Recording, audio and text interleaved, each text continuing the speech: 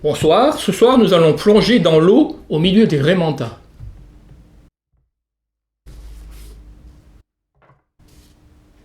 C'est donc un roman noir sous-marin, une espèce de nouveau sous-genre.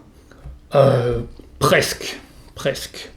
On va passer quelques jours de vacances dans un centre de plongée avec les personnages de David Vann. Le roman s'appelle Komodo, comme l'île aux dragons, dans les îles de la Sonde.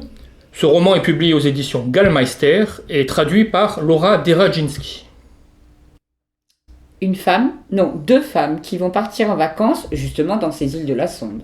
Exactement. Tracy, c'est l'héroïne principale, retrouve son frère Roy qui est moniteur de plongée. Quelques jours de vacances paradisiaques, leur mère est aussi du voyage pour profiter des eaux turquoises. Bon, Tracy est un petit peu stressée d'avoir abandonné ses deux jumeaux pour la première fois depuis leur naissance. Mais la perspective de nager parmi les poissons multicolores compense largement. Et que son mari ne soit pas là, la soulage plutôt. Bref, tu nous décris plutôt un monde paradisiaque pour un roman noir là. Exactement, ça commence comme ça d'ailleurs. Palmes, masques, combinaisons et bouteilles de plongée.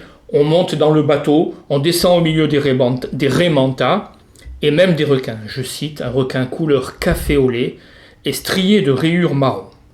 Ça donne pas envie quand même. Hein. Bon, la bouffe n'est pas terrible, voire carrément dégueulasse, mais tout pourrait aller bien malgré tout. Sauf que Tracy, elle en a gros sur la patate et que cela finit par exploser. Sa vie, c'est les gamins dont elle s'occupe 24 heures sur 24 depuis 4 ans, son mari qui la délaisse et même qui la trompe.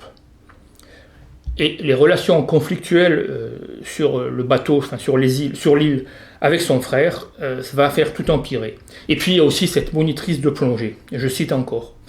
Elle porte une brassière de sport noire pour afficher son présentoir à nichon. Et là, Tracy, elle va craquer.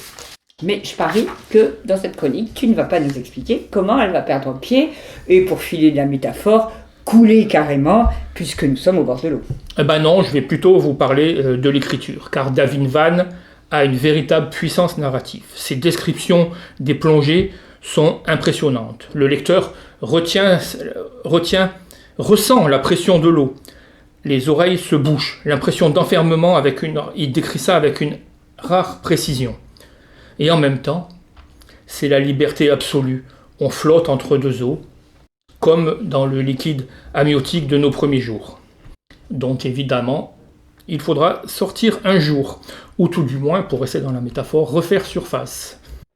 On a l'habitude avec les romans de David Vann, depuis le premier, Second Island, qui est le premier traduit aux éditions Gallmeister, qu'il y ait une cassure, une césure. Là aussi, on va retrouver ça ? Et oui, en fait, en une phrase, en 2 mots même, il va réussir à casser une ambiance sereine, joyeuse, et nous plonger, on reste évidemment, au cœur d'un drame.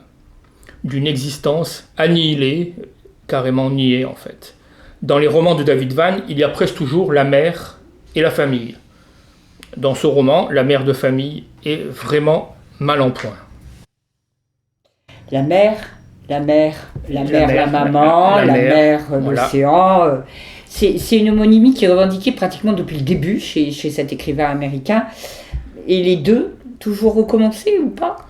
Pas vraiment en fait, car David Vann va ici nous raconter par petites touches comment la vie de Tracy se disloque petit à petit, au point de lui faire perdre le contrôle d'elle-même. Pour conclure, on va laisser en fait la parole à l'auteur.